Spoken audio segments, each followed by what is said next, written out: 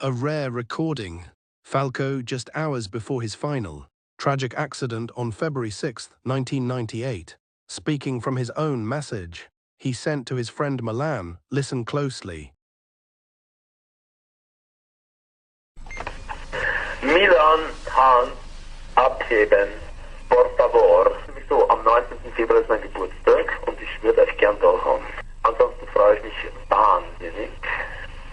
Ich habe dem, wie gesagt, der muss einen GeForce mitbringen auf 110 Volt und eine Halbresonanz-Telecaster und vor allem Two-Tie-Geigen auch. Und wir werden geigen wie die Hölle. Und desto länger er bleibt, desto besser. Kommt zu mir runter und wo ihr dann wohnt und so, das überlassen wir. Das passt schon. Haben wir fest in der Hand. Also, noch einmal. You got it. Bye. But just hours after this message, the unthinkable happened. Falco's life would take a tragic turn on a quiet road in the Dominican Republic, a moment that would shock the world and mark the end of a legend himself, Falco.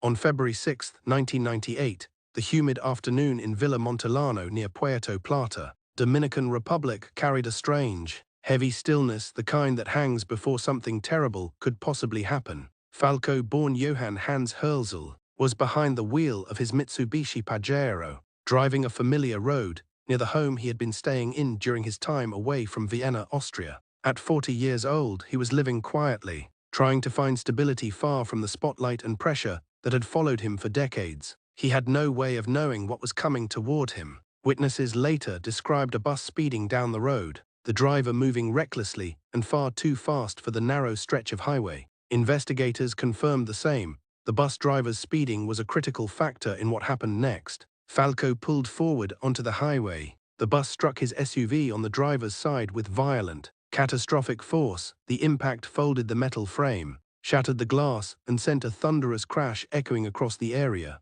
Locals rushed from their cars and nearby shops, staring in shock at the wreckage lying twisted beside the curb of the road in the ditch. Rescuers found Falco alive, but barely. He had suffered severe head trauma, massive internal injuries, and a broken leg. They pulled him from the crumpled vehicle and rushed him to the hospital in Puerto Plata, fighting the clock as his condition deteriorated. Despite emergency efforts, doctors could not save him. At 4:40 p.m., Johann Falco Hölzel was pronounced dead. The official autopsy confirmed the cause of death: fatal head injuries and severe internal trauma sustained on impact. The collision was simply too powerful to survive. Toxicology results showed 1.5 per mil, 0.15%, alcohol in his blood, significant levels of cocaine and marijuana, THC, present in his system. These findings reflected a recent relapse into substance use, something sources had quietly hinted at in the weeks before his death. While his intoxication affected his condition, it did not change the official ruling. The bus driver's speeding was the primary cause of the crash. Two dangerous factors collided that day: Falco's impaired condition and the bus driver's excessive speed, creating a moment that ended his life instantly and irreversibly. The news of Falco's death spread rapidly across Europe. Austria mourned deeply, Germany mourned, even Americans mourned. Fans mourned the loss of the artist who had once dominated global charts with Rock Me Amadeus, Der Kommissar, Vienna Calling, and more. His music had been bold, experimental, and unforgettable, and his life had been equally intense.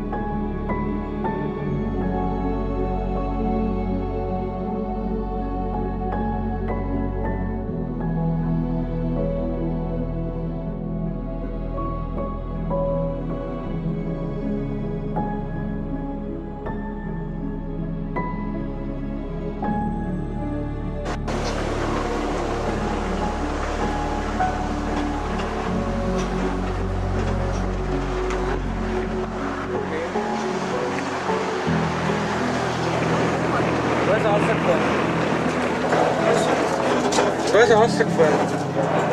Da hat er was getrunken